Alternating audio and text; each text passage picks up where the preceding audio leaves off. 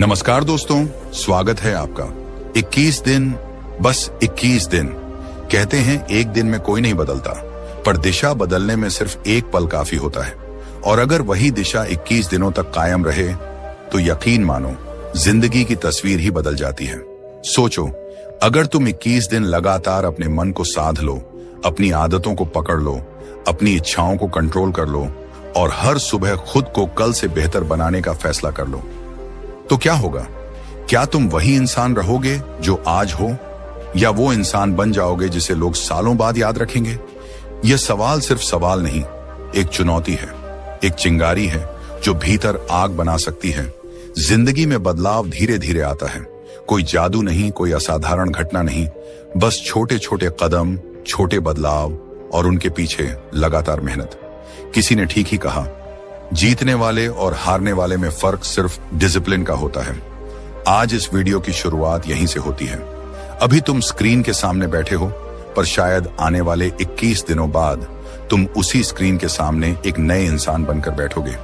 वही शरीर, वही चेहरा, वही दुनिया, पर सोच बदली हुई, मन प्रशिक्षित, लक्ष्य स्पष्ट और आत्मविश्वास तेज।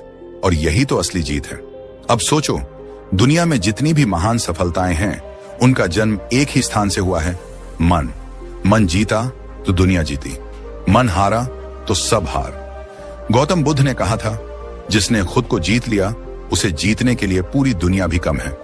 लेकिन खुद को जीतना इतना सरल नहीं।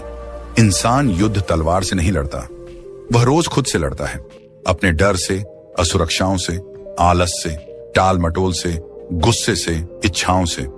कभी मन कहता है उठो, आगे बढ़ो, और अगले ही पल मन कहता है छोड़ो, कल करेंगे। यह मन ही है जो एक सेकंड में तुम्हें महान बना सकता है और अगले सेकंड में गिरा सकता है। मन को साधना ही असली क्रांति है। मनोविज्ञान कहता है कि इंसान की हर आदत को बदलने में औसतन 21 दिन लगते हैं। हार्वर्ड यूनिवर्सिटी और MIT की कई रिसर्च ने साबित किया, ब्रेन न्यूरल पैथवेज यानी दिमाग के अंदर बने रास्ते जिनसे आदतें और व्यवहार चलते हैं, वो लगातार 21 दिन की प्रैक्टिस से कमजोर या मजबूत किए जा सकते हैं। मतलब, अगर तुम रोज 21 दिन किसी चीज को दोहराओ तो दिमाग उसे नेचुरल मानना शुरू कर देता है। यह विज्ञान का सिद्धांत है, न्यूरोप्लास्टिसिटी। ब्रूस लिप्टन, चार्ल्स डुहिग और जेम्स क्लियर जैसे बिहेवियरल साइंटिस्ट भी कहते हैं, इंसान अपनी आदतों से बनता है। आदतें बदली, जीवन बदला। और यही बात बुद्ध ने 2500 साल पहले कही थी, मन ही सबकी जड़ है, जैसा विचार वैसा जीवन। बुद्ध ने कभी आधुनिक विज्ञान नहीं पढ़ा था, पर सत्य वही था। उन्होंने मन को देखा, महसूस किया, समझा और जिया। इसलिए उनका ज्ञान समय से परे है, आज भी उतना ही प्रभावी जितना तब था। गौतम बुद्ध कहते हैं, दुख का कारण बाहरी दुनिया नहीं, हमारा मन है। गुस्सा कोई बाहरी चीज नहीं, हमारे भीतर उठी प्रतिक्रिया है। भटकाव बाहर नहीं, अंदर की कमजोरी है। तनाव दुनिया नहीं देती, हम अपने विचारों से पैदा करते हैं। एक कहानी याद आती है। एक व्यक्ति बुद्ध के पास आया और बोला, मैं परेशान हूं, दुखी हूं, मुझे शांति चाहिए। बुद्ध मुस्कुराए और बोले, मैं तुम्हें शांति दूंगा नहीं, मैं तुम्हें वह रास्ता दिखाऊंगा जहां तुम खुद शांति पा सको। वह व्यक्ति चौंका। बुद्ध ने उसे एक सरल अभ्यास दिया, 21 दिनों तक सिर्फ अपने विचारों को देखो, निर्णय मत दो, विरोध मत करो, बस ऑब्जर्व करो। पहले दिन वह बेचैन हुआ, दूसरे दिन झुंझलाया, तीसरे दिन भागने का मन हुआ।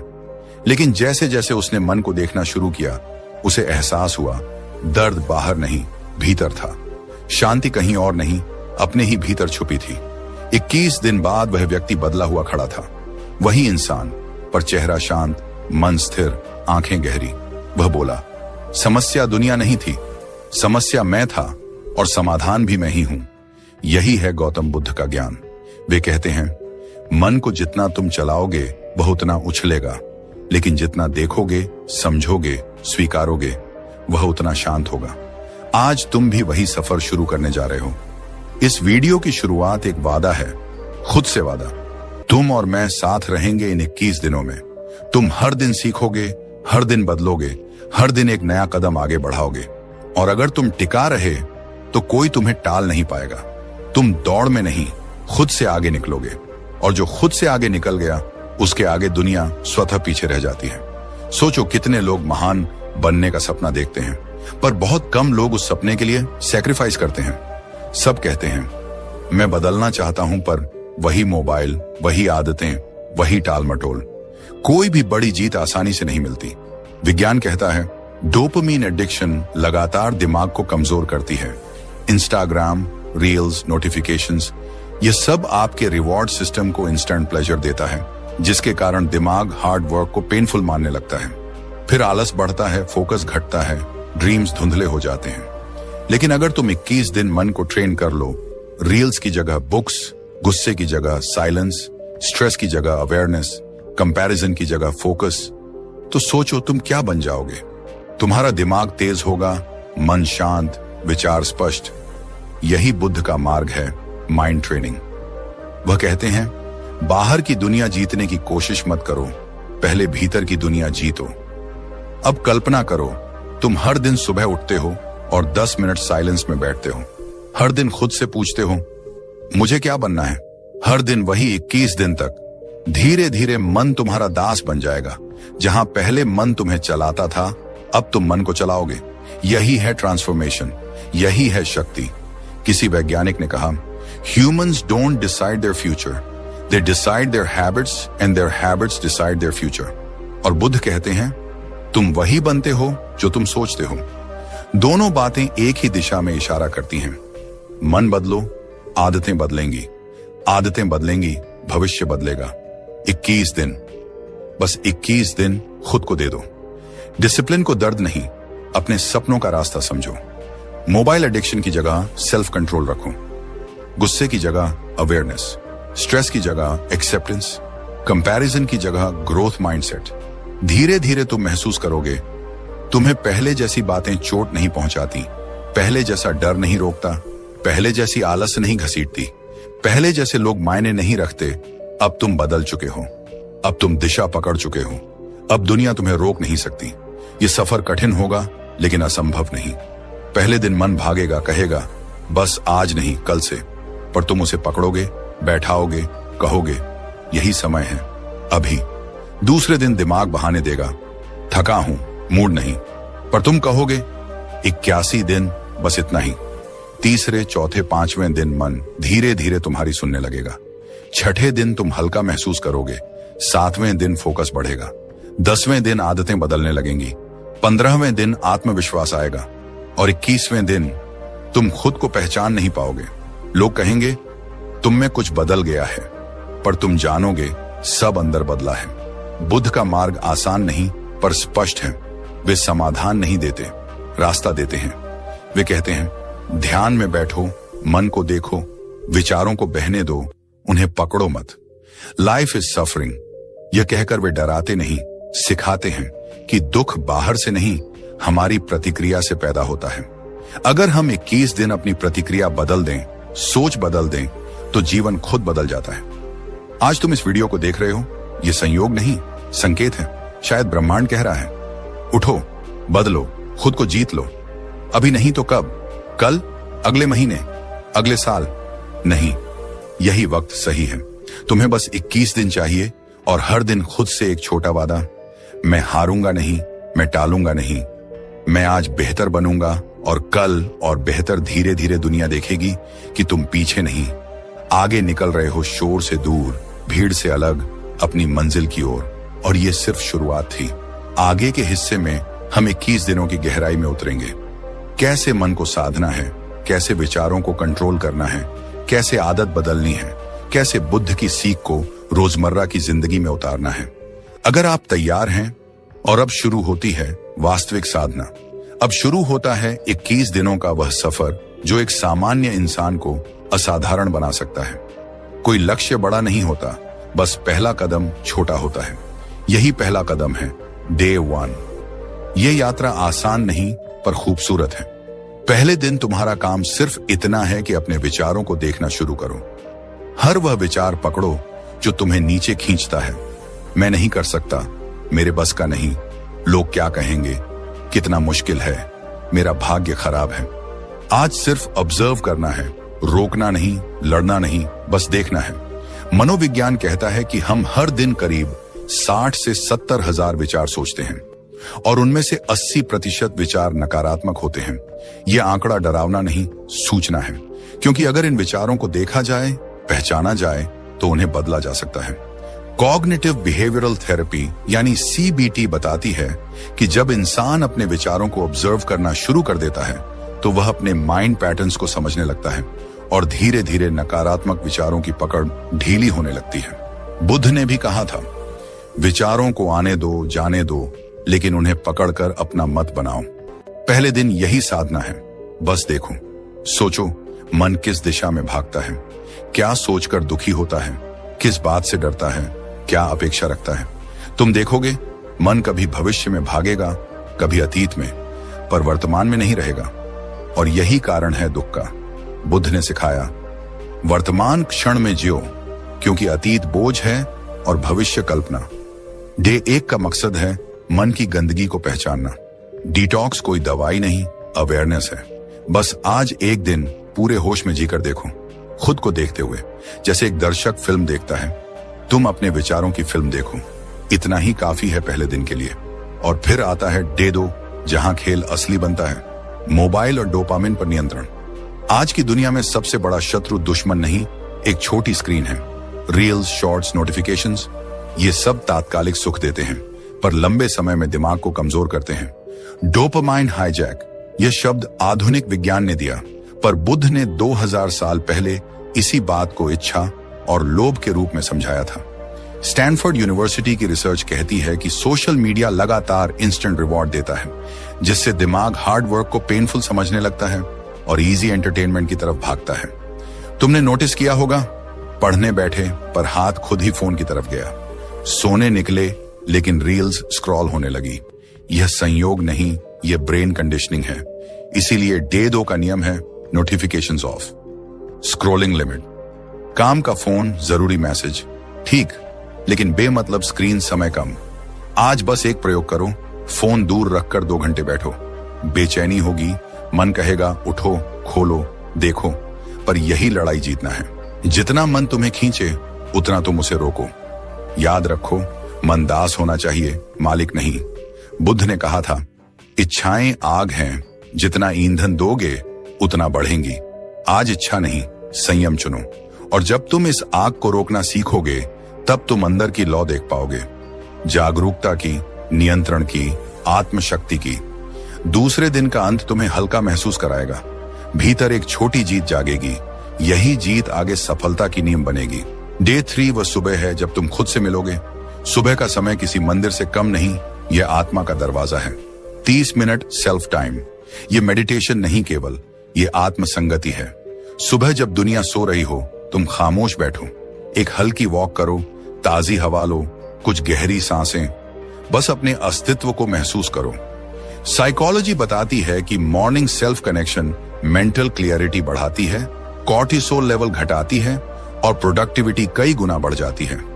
एंड्रयू हबरमैन, जो न्यूरोसाइंस के बड़े नाम हैं, कहते हैं कि सुबह सूरज की रोशनी में 10 मिनट बैठना दिमाग के हार्मोनल साइकिल को परफेक्ट बैलेंस देता है और फोकस इंक्रीज करता है। बुद्ध कहते थे, सुबह का मन निर्मल होता है, उसी में बीज बो। इन 30 मिनटों में तुम खुद को सुनो, क्या चाहते हो, कहां जाना है, किस दिशा में बढ़ना है। जितनी देर तुम खुद के साथ बैठोगे, उतना तुम खुद को समझने लगोगे। तीसरे दिन तुम्हें महसूस होगा, मन थोड़ा शांत है, भगदड़ कम है, फोकस बढ़ रहा है। यही आधार है, भीतर की नींव बन रही है। और फिर आता है डे 4, इच्छाओं को पहचानो, कम करो। बुद्ध ने 4 आर्य सत्य बताए, जिनमें पहला है लाइफ इज सफरिंग, दूसरा सफरिंग कम्स फ्रॉम डिजायर, दुख का मूल कारण ही इच्छा है, जितनी इच्छाएं उतनी बेचैनियां। विज्ञान कहता है कि ADHD, अनियंत्रित क्रेविंग्स, कंज्यूमरिज्म, इंस्टेंट ग्रेटिफिकेशन सब एंजाइटी बढ़ाते हैं। पर जब इच्छा थोड़ी कम होती है, मन स्वतः शांत हो जाता है।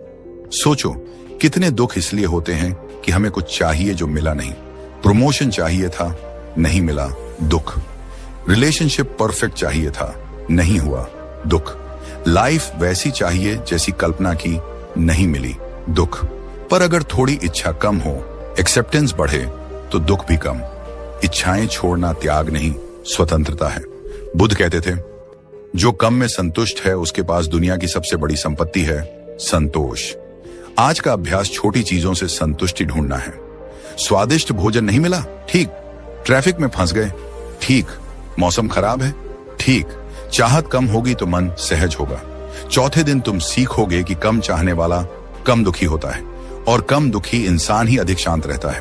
और अब डे 5, अटैचमेंट कम, एक्सेप्टेंस ज्यादा।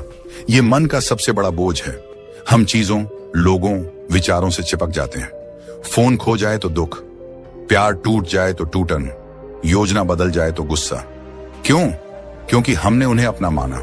बुद्ध ने कहा, जो बीत जाए उसे पकड़ो मत, जो बदल जाए उसे रोको मत। अटैचमेंट कुछ नहीं, बस यह विश्वास की चीजें हमेशा हमारी तरह रहेंगी। पर जीवन परिवर्तन है, जो आज है कल नहीं। मनोविज्ञान कहता है कि इमोशनल पेन का सबसे बड़ा कारण रेजिस्टेंस है, एक्सेप्टेंस की कमी। Acceptance therapy.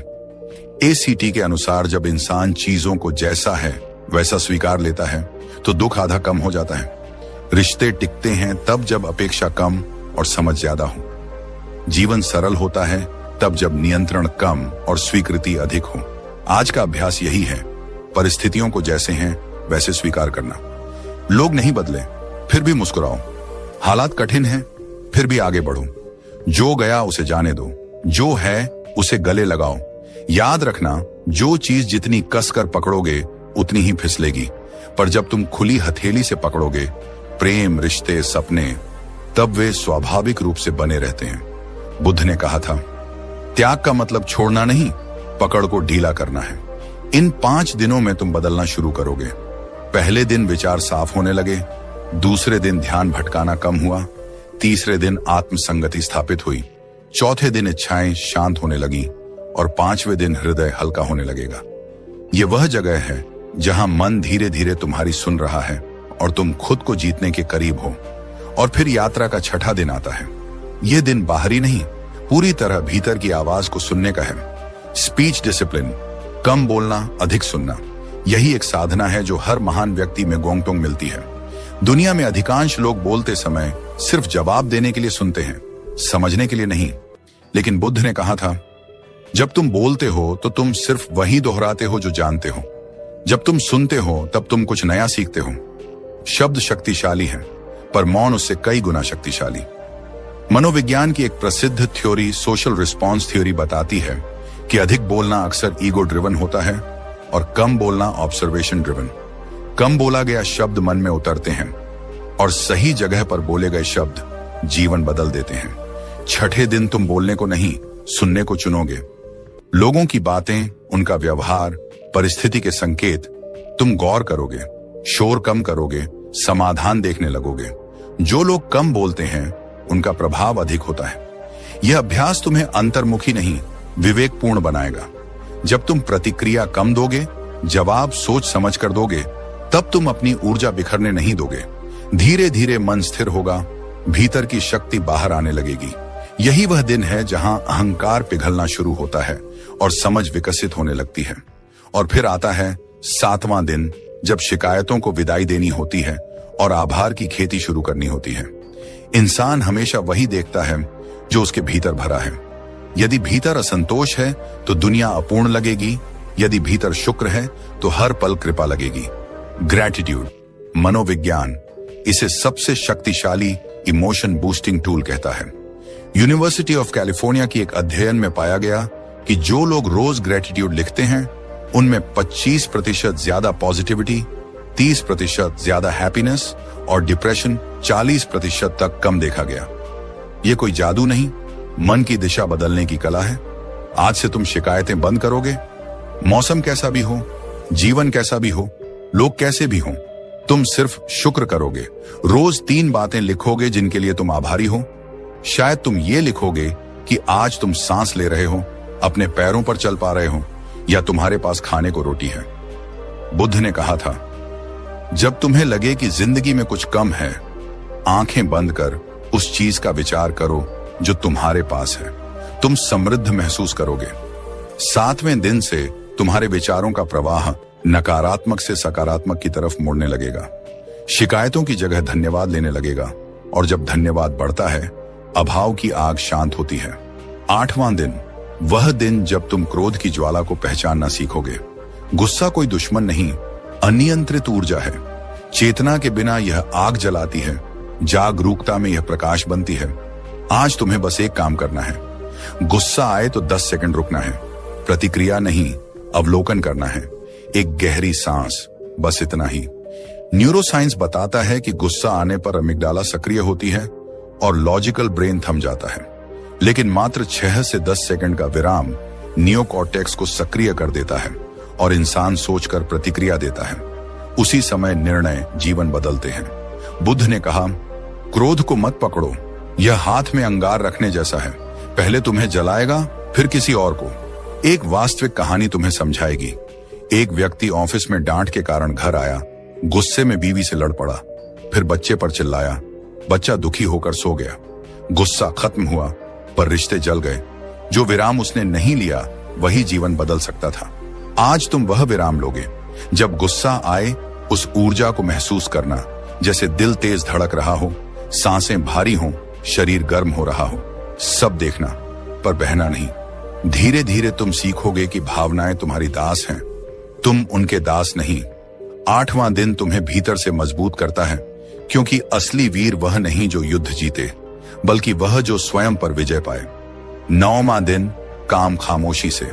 आज के समय में अधिकांश लोग अचीवमेंट से ज्यादा अनाउंसमेंट में लगे हैं। सोशल मीडिया ने हमें दिखने का भूखा बना दिया है, बनने का नहीं। लेकिन सफलता की असली खुशबू तब फूटती है जब बीज जमीन के भीतर उगता है। शोर तब होता है जब वो पेड़ बनता है। बुद्ध ने सिखाया, सत्य मौन में जन्मता है।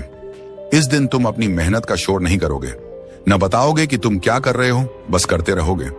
रिसर्च कहती है कि जब हम लक्ष्य सार्वजनिक कर देते हैं तो दिमाग रिवॉर्ड सिस्टम को पहले ही एक्टिवेटेड समझ लेता है और मोटिवेशन 40% तक कम हो जाती है। काम करो, दिखाओ मत, परिणाम स्वयं बोलेगा। यह दिन तुम में धैर्य, गहराई और स्टील जैसा मन बनाता है। जब तुम चुपचाप मेहनत करते हो, दुनिया अचानक एक दिन चौंक जाती है। यही रियल पावर है। Silence work, loud result. और फिर आता है 10वां दिन, जो बहुतों की जिंदगी नर्क बना देता है। तुलना, कंपैरिजन। इंसान दूसरों की रेस में दौड़कर थक जाता है, पर खुद की रेस में दौड़े तो खिल उठता है। सोशल कंपैरिजन थ्योरी के अनुसार जब इंसान खुद की तुलना दूसरों से करता है तो डोपामीन गिरता है, सेल्फ वर्थ कम होती है, स्ट्रेस बढ़ता है। कंपैरिजन एक जहर है, धीरे धीरे आत्मविश्वास को खा जाता है। तुम इंस्टाग्राम पर देखते हो सबके पास कुछ है, तुम्हारे पास नहीं। पर सच यह है कि तुम किसी की हाईलाइट देखकर अपनी स्ट्रगल जज करते हो। बुद्ध ने कहा, तुम खुद ही अपने रास्ते के प्रकाश बनो। 10वें दिन तुम समझोगे कि तुम्हारा रास्ता अनूठा है, तुम्हारी गति अलग है। कोई तुमसे आगे है तो प्रेरणा लो, पर दर्द मत लो। किसी का भाग्य तुम्हारे परिश्रम को कम नहीं करता। जैसे सूर्य चांद से तुलना नहीं करता, बस चमकता है, वैसे ही आज तुम सिर्फ अपनी रेस दौड़ोगे। हर दिन बस अपना कल बेहतर बनाने की दौड़। और जब तुम अपनी रेस में आ जाओगे, तुम तेजी से बढ़ोगे, क्योंकि तुम्हारा लक्ष्य तुम हो, कोई और नहीं। याद रखना, इन 10 दिनों में तुम मन के कई जाल तोड़ चुके हो। विचारों को देखना सीखा, मोबाइल का नियंत्रण सीखा, सुबह खुद से मिलना सीखा, इच्छाओं को शांत करना सीखा, पकड़ को ढीला करना सीखा, शब्दों को संयमित करना सीखा, आभार जगाना सीखा, क्रोध को रोकना सीखा, मौन में काम करना और तुलना छोड़ना सीखा। तुम वह बन रहे हो जिसे दुनिया रोकेगी नहीं। आगे 11 से 21 दिन तुम्हें लोहे जैसा अनुशासन, हीरे जैसी चमक और कमल जैसी शांति देंगे। 10 दिनों की यह यात्रा जब गुजर चुकी थी, तब मन का स्वरूप धीरे धीरे बदलने लगा। पहले जो चीजें भारी लगती थीं, जो आदतें जकड़ कर बैठी थीं, अब वे ढीली पड़ने लगी हैं। तुम अब महसूस कर रहे हो कि नियंत्रण भीतर से जन्म लेता है। कोई बाहर का व्यक्ति तुम्हारा जीवन नहीं संभाल सकता। तुम खुद ही अपने जीवन के कारीगर हो, और यही समझ तुम्हें अगले दिनों में और गहराई तक ले जाएगी। अब तुम उस रास्ते पर बढ़ चुके हो जहां सामान्य लोग कभी चलने की हिम्मत नहीं करते। तुम्हारे भीतर क्रांति जन्म ले चुकी है, धीरे, शांत पर बेहद शक्तिशाली। 11वां दिन आता है और तुम सरल जीवन की ओर कदम बढ़ाते हो। धीरे धीरे तुमने समझना शुरू किया कि जिंदगी का भार चीजों से नहीं, चिपकाव से बढ़ता है। जो कपड़े तुम्हारे पास हैं वे काफी हैं, जो मोबाइल तुम्हारे हाथ में है वही उपयोगी है, जो सुविधा मिल रही है वही बहुत है। अनावश्यक लग्जरी, दिखावा, चमक, ये सब मन पर अदृश्य बोझ डालते हैं। मनोविज्ञान कहता है कि मिनिमलिज्म मानसिक तनाव कम करता है, निर्णय क्षमता बढ़ाता है और क्रिएटिविटी को खुलने देता है। जब दिमाग के सामने कम विकल्प होते हैं तो क्लैरिटी बढ़ जाती है। बुद्ध ने हमेशा साधारण जीवन की बात कही, कम इच्छाएं, अधिक शांति। उन्होंने राजमहल छोड़ा, जंगलों में गए, मिट्टी पर सोए, क्योंकि सरलता ही मन को मुक्त करती है। 12वां दिन आता है और अब तुम्हें समझ आया कि सफलता आकार से नहीं, एकाग्रता से जन्म लेती है। तुमने कई बार एक साथ बहुत कुछ करने की कोशिश की, जिम भी, किताब भी, बिजनेस भी, स्किल भी, पर परिणाम अधूरे रहे। आज तुमने फैसला लिया, एक लक्ष्य, वन टारगेट रूल। मनोविज्ञान कहता है कि दिमाग मल्टीटास्किंग के लिए बना ही नहीं, ये हर काम के बीच बार बार स्विच करता है, जिससे ऊर्जा खर्च होती है और काम धीमा होता है। स्टैनफोर्ड रिसर्च कहती है, जो व्यक्ति एक समय में एक काम करता है वह 40 से 60% तक ज्यादा प्रोडक्टिव होता है। बुद्ध ने ध्यान के माध्यम से एकाग्रता को साधा। वह कहते थे, अपने मन को एक बिंदु पर रखो, बिखराव दुख है, एकाग्रता मुक्ति। जब तुमने आज सिर्फ एक लक्ष्य चुना, तभी तुमने जीतने का रास्ता चुना। अब कदम छोटे हो तो हों, पर दिशा स्पष्ट है। एक रास्ता, एक लक्ष्य, एक ऊर्जा।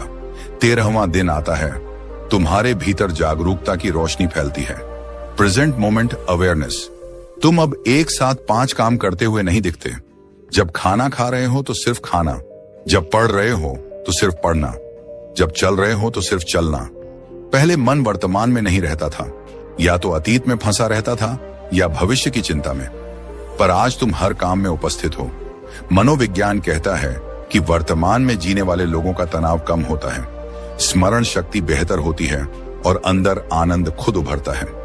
माइंडफुलनेस आज दुनिया के सबसे बड़े थेरेपी टूल्स में शामिल है। बुद्ध ने कहा था, वर्तमान ही वास्तविक है, बाकी सब मन की कहानी है। और आज तुम अब कल्पनाओं में नहीं, जीवन में जी रहे हो। एक चाय का कप भी एक ध्यान बन सकता है, यदि तुम उसे पूरी सच्चाई से पी रहे हो। तुम आज महसूस कर रहे हो कि धीमा होना हार नहीं, गहराई है। 14वां दिन आता है और ज्ञान तुम्हारा साथी बनने लगता है। रोज 20 मिनट किताबें पढ़ना, सीखना, नया ज्ञान सोखना। किताबें वही रास्ता दिखाती हैं जहां अनुभव कम पड़ जाता है। तुम अब हर रात सोने से पहले कुछ पन्ने पढ़ते हो। जीवन, मन, सफलता, शांति, कालजयी विद्वानों के अनुभव। तुम्हारा मन अब तेज हो रहा है।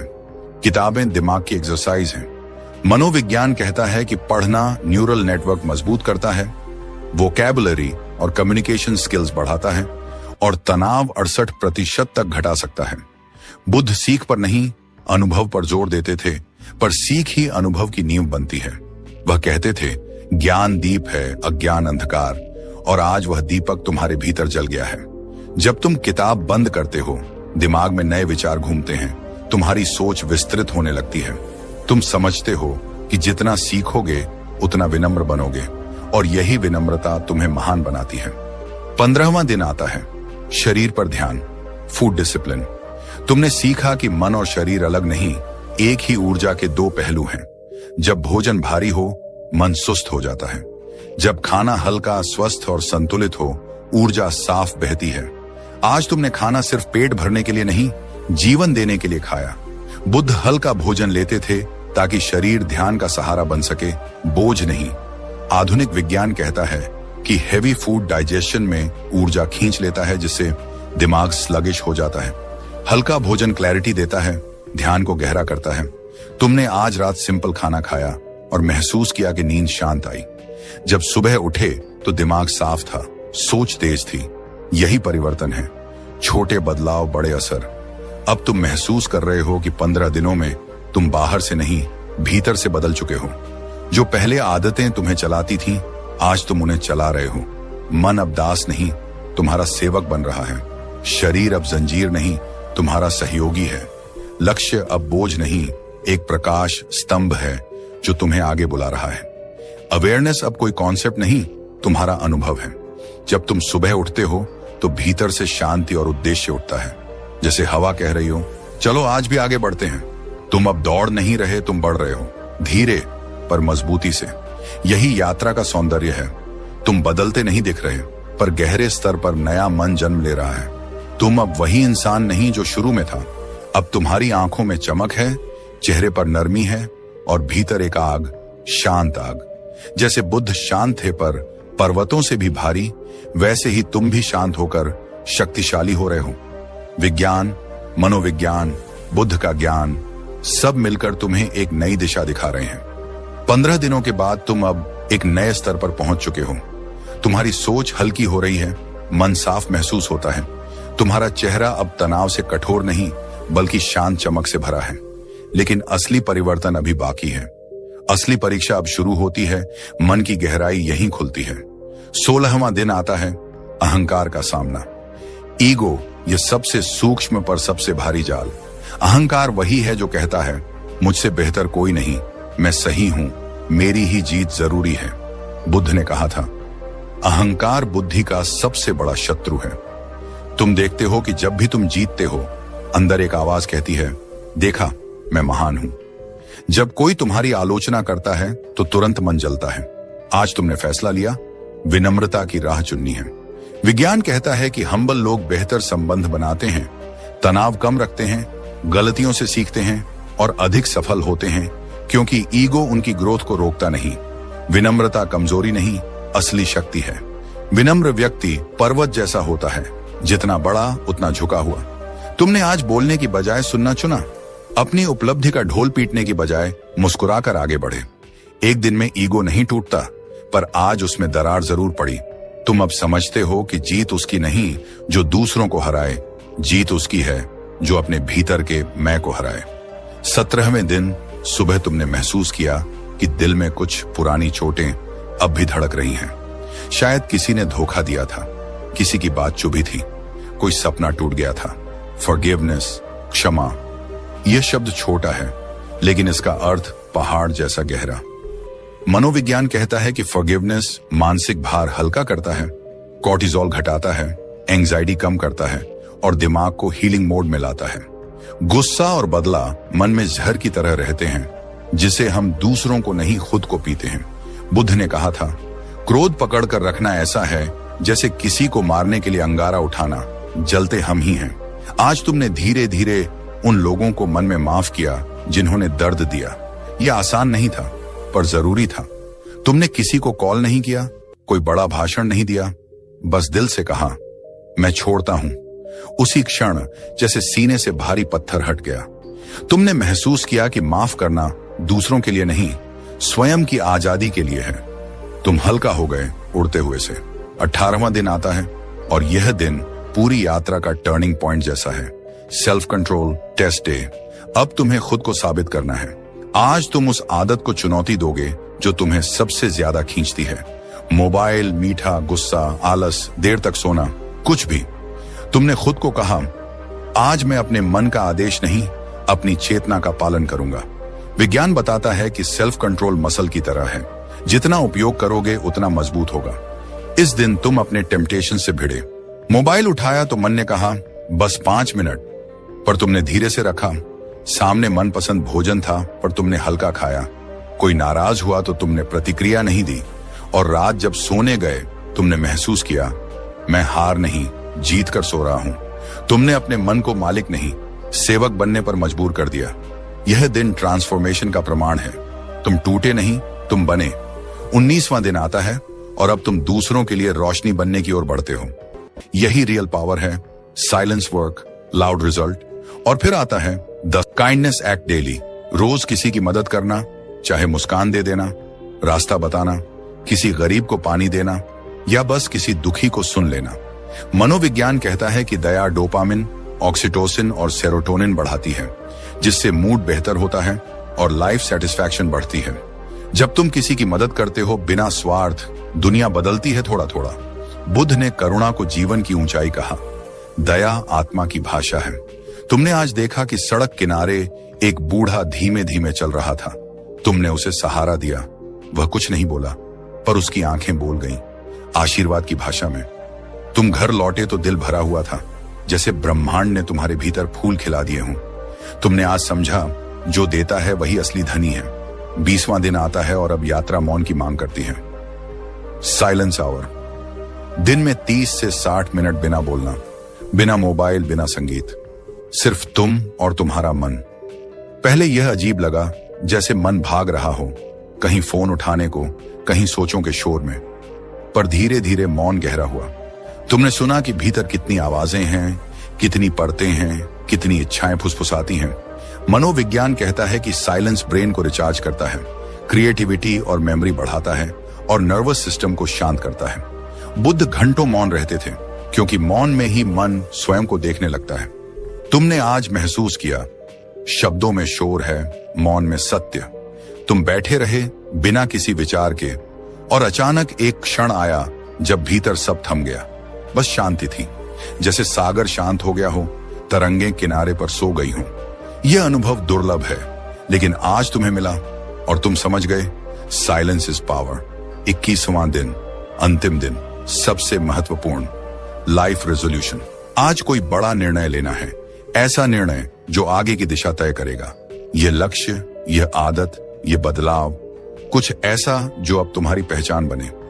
तुमने 20 दिन मन, शरीर, अहंकार, भावनाएं, विचार सभी पर काम किया। अब समय है घोषणा का, मैं नया हूं। बुद्ध ने सत्य प्राप्ति के बाद कोई चमत्कार नहीं दिखाया, उन्होंने रास्ता दिखाया, संकल्प दिया। तुम भी आज यही कर रहे हो। तुमने तय किया कि अब सेल्फ डिसिप्लिन जीवन का हिस्सा होगा। अब लक्ष्य स्पष्ट रहेंगे। अब मन का स्वामी तुम होंगे, गुलाम नहीं। तुमने कागज पर लिख लिया, मैं 21 दिन पूरा कर चुका हूं, अब मेरी नई यात्रा शुरू। विज्ञान कहता है कि कमिटमेंट लिखने से मस्तिष्क गंभीरता से काम करता है। डोपामिन लक्ष्य को चेस करने के लिए ऊर्जा देता है। यह संकल्प तुम्हें आगे धकेलेगा जब भी रास्ता कठिन होगा। इन 21 दिनों के बाद तुम वह नहीं रहे जो शुरुआत में था।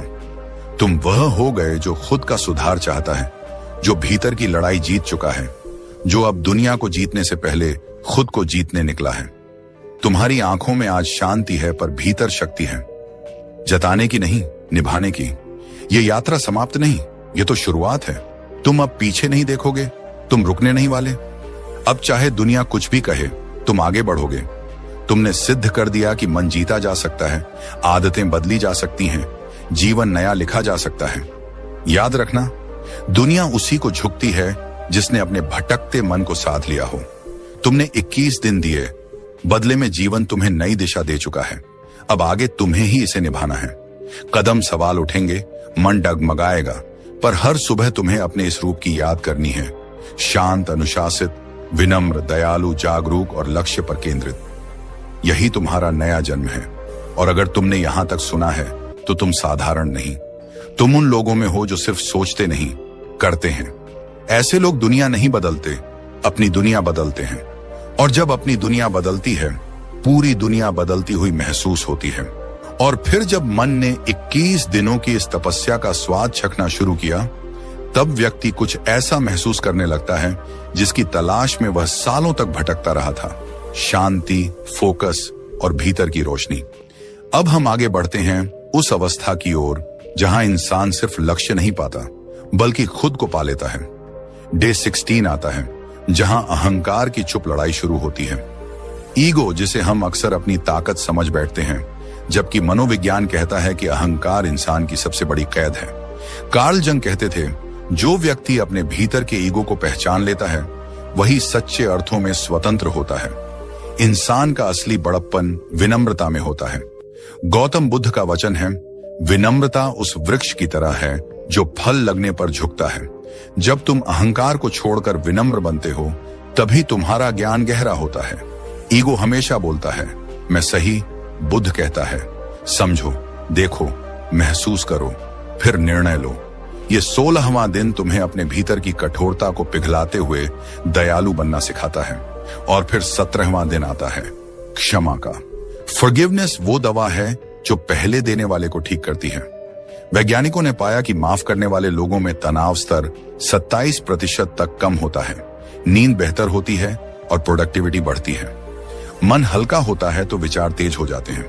गौतम बुद्ध ने कहा है, क्रोध को पकड़े रखना ऐसा है जैसे किसी और पर फेंकने के लिए अंगारे को हाथ में पकड़े रहना। जलेगा तुम ही। जब तुम लोगों को, हालातों को, खुद को माफ कर दोगे, तब देखोगे अंदर कितनी जगह खाली हो गई है, नए विचारों के लिए, नई ऊर्जा के लिए, नई शुरुआत के लिए। फिर आता है 18वां दिन, टेम्पटेशन का टेस्ट। आज तुम चॉकलेट, मोबाइल, गुस्सा या किसी भी लालच से खुद को रोक कर देखो। मनोवैज्ञानिक रिसर्च कहती है, जो लोग डिलेड ग्रेटिफिकेशन सीख लेते हैं, उनकी सफलता की संभावना 40% तक बढ़ जाती है। ये वही विल पावर है जो महान लोगों को भीड़ से अलग करती है। आज एक छोटा टेस्ट, अपने मन के आदेश पर नहीं। 19वां दिन आता है, दयालुता।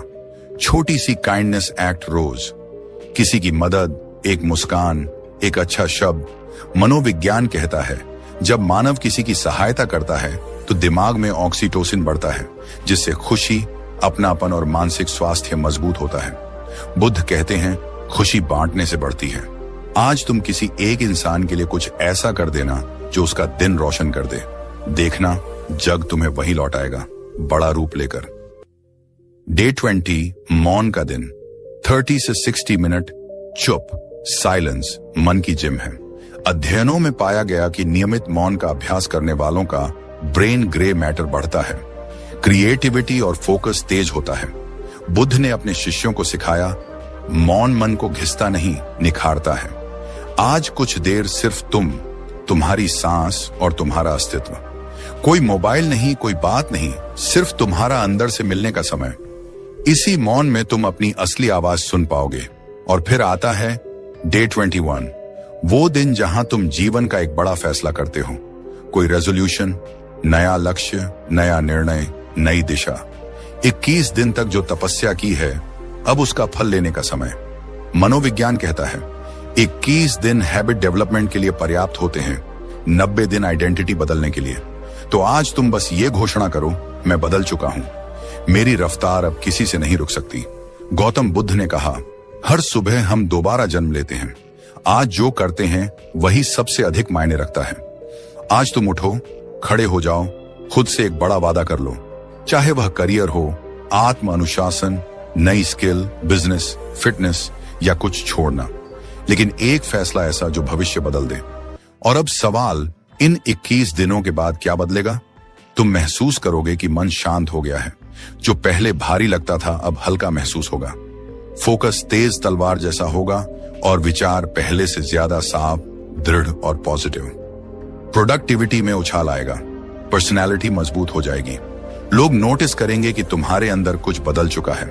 तुम में चमक, अनुशासन और एक अजीब सा आत्मविश्वास दिखेगा। ये 21 दिन सिर्फ टेस्ट नहीं थे, तुम्हारी नई पहचान का जन्म थे। और अंत में इस वीडियो का मजबूत, अंदर तक छू जाने वाला निष्कर्ष, कोई नहीं रोक सकता उस इंसान को जिसने खुद को जीत लिया। तुम्हारे आसपास लाखों लोग हैं जो जीत चाहते हैं, लेकिन बहुत कम लोग खुद पर जीत चाहते हैं। जो मन पर विजय पा लेता है, दुनिया स्वतः उसके पीछे चलती है। सफलता का रास्ता बाहर नहीं, भीतर से शुरू होता है। और ये 21 दिन तुम्हें उसी रास्ते पर ले जाने के लिए काफी हैं। अब मैं तुम्हें एक चुनौती देता हूं, आज से शुरू करो। इस वीडियो को खत्म करने के बाद पहला दिन शुरू करो। 21 दिन बाद खुद को पहचान नहीं पाओगे। कमेंट में लिखो, मैं शुरू कर रहा हूं। यह एक वादा नहीं, तुम्हारे नए जीवन का शुभारंभ है। और अगर तुम सच में बदलना चाहते हो, बढ़ना चाहते हो, खुद को एक नए रूप में दुनिया के सामने लाना चाहते हो, तो इस चैनल को ज्वाइन करो।